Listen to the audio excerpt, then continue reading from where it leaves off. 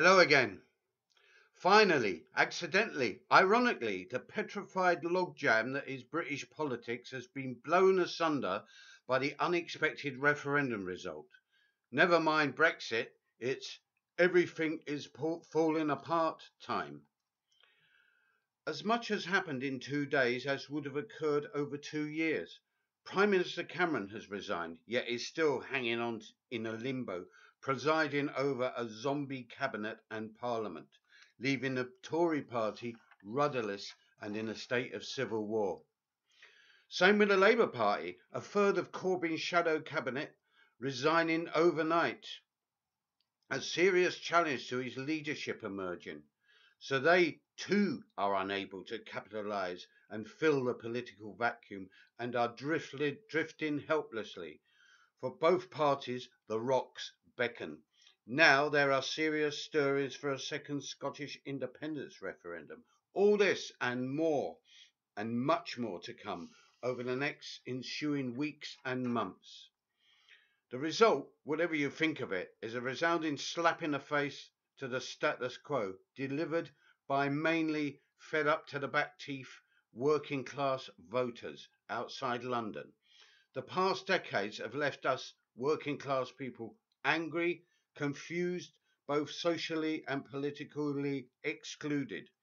And let's face it, the results of migration have provided a main focus of voter rebellion, leading to a situation unforeseen by experts, pundits, academics, and the financial, political, and liberal establishment.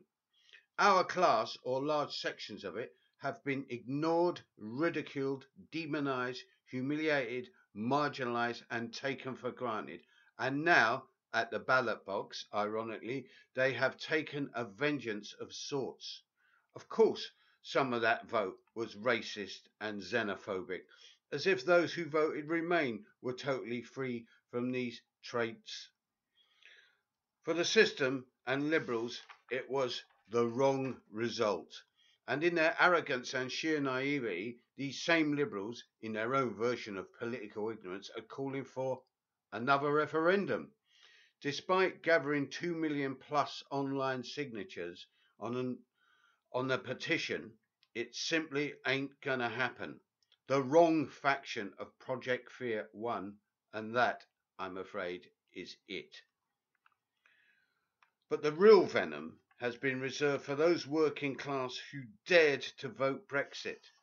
The liberal middle class have depicted them as knuckle-dragging racist morons.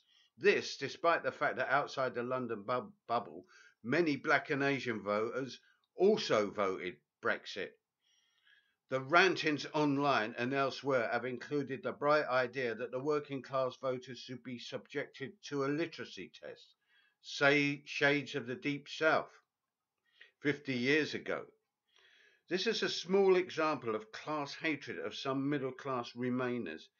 Good to see it in the open, and it won't be forgotten. Scratch a liberal, and underneath, a fascist.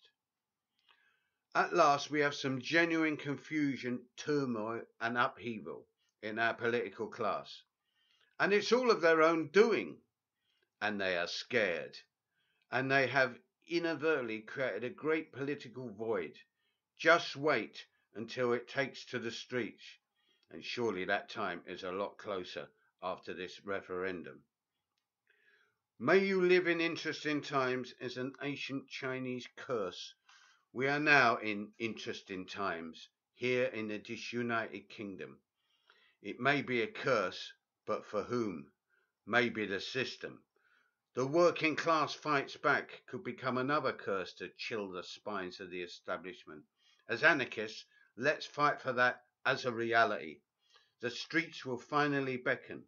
Some of what could transpire may be unpleasant, but we cannot endure the present state of affairs any longer, and we'll sort things out as they happen. Bye.